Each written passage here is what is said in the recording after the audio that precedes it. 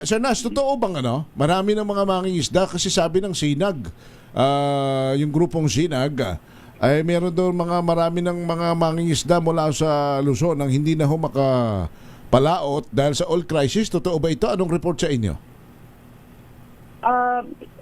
Ito pong ganitong balita, unang-una, ikinalulungkot po natin kung talagang may ganoong sitwasyon. But sa Bureau of Fisheries and Aquatic Resources po, wala po tayong formal na parang datos na nagsasabi na ganito po sa ngayon ang sitwasyon.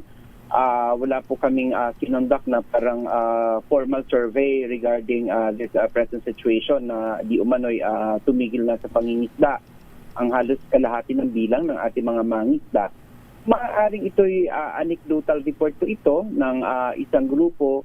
Pero ang sinasabi natin, hindi naman po malayo na meron po tayong mga mangingisda na dahil nga sa tumaas na operational cost ng kanilang pangisda, marahil ang iba talaga sa kanila ay pinili lamang na parang suspindihin muna ang kanilang pangingisda.